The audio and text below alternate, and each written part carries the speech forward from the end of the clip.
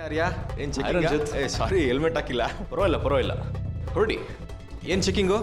ಹಾಂ, drugs smuggling ನಡೀತಿದೆ ಕಾರಲ್ಲಿ ಅಂತ ಇನ್ಫಾರ್ಮೇಶನ್ ಬಂದಿತ್ತು. ಅದಕ್ಕೆ ತರೋ ಚೆಕ್ ಮಾಡ್ತಿದ್ದೀವಿ, ಮಟ್ಟ ಹಾಕಬೇಕು ಅಂತ. ಓ ವೆರಿ ಗುಡ್. ಸರಿ, ಕ್ಯಾರಿ ಆನ್. ಎಷ್ಟು ಗಂಟೆ ಬರ್ತೀರಾ ಮನೆಗೆ? ಲೇಟ್ ಆಗ್ಬೋದು. ಸರಿ, ಹೊರಡ್ಲಾಗಾದ್ರೆ. ಹಾಂ. ಸೋಮು, ಆ ಕಾರನ್ನು ಚೆಕ್ ಮಾಡಿ.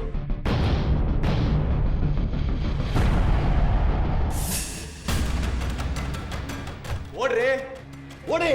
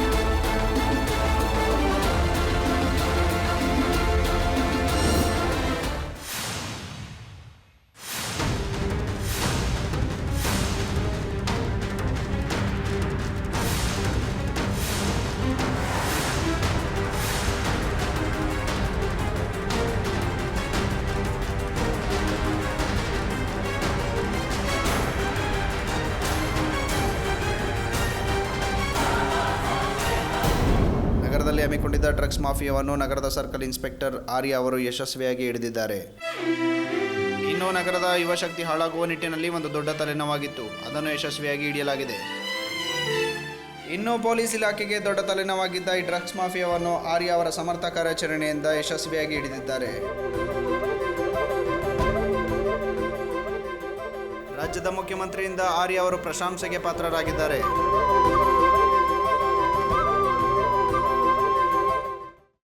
ಅದನ್ನೇ ಮನಸ್ಸಿನಲ್ಲಿ ಇಟ್ಕೊಂಡು ಯೋಚನೆ ಮಾಡ್ತಾ ಇದ್ದೀಯಾ? ಮೊದಲು ಅದರಿಂದ ಹೊರಗಡೆ ಬಾ. ನಾನೇನು ಯೋಚನೆ ಮಾಡ್ತಿಲ್ಲ ಅಜ್ಜಿ. ನಿನ್ನ ಚಿಕ್ಕ ಮಗುವಿಂದ ನೋಡ್ತಾ ಇದ್ದೀನಿ. ಯಾವುದಾದ್ರೂ ಯೋಚನೆಯಿಂದ ಹೊರಗಡೆ ಬಂದೆ ಅಂತ ನೀನು ಮಾತು ಹೇಳಿದ್ರು ನಿನ್ನ ಮನಸ್ಸೆಲ್ಲ ಅದರಲ್ಲೇ ಇರುತ್ತೆ. ಅದಿತಿ, ಯಾವುದ್ರ ಬಗ್ಗೆ ಯೋಚನೆ ಮಾಡ್ತಿದ್ಯಾ? ಶ್ರೀಚಕ್ರ ನಮ್ಮ ಕೈವಶವಾದ್ರೆ ಇಡೀ ಜಗತ್ತೇ ನಮ್ಮ ಪಾಳೆ ಪಟ್ಟೆ.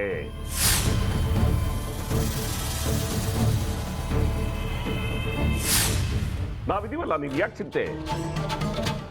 ನಮ್ಮ ಆಸೆಗಳೆಲ್ಲ ಪೂರೈಸುತ್ತೆ. ಅದಕ್ಕೆ ನಾನು ಹೇಳಿದ್ದು ನಮ್ಮ ಜೊತೆ ಕೈ ಜೋಡಿಸು ಅಂತ.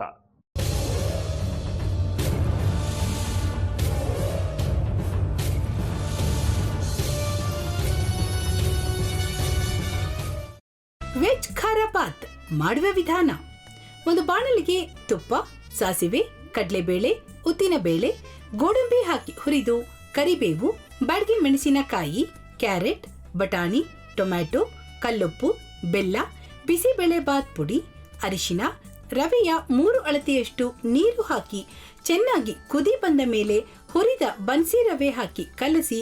ಈಗ ವೆಜ್ ಖಾರ ಬಾತ್ ಸವಿಯಲು.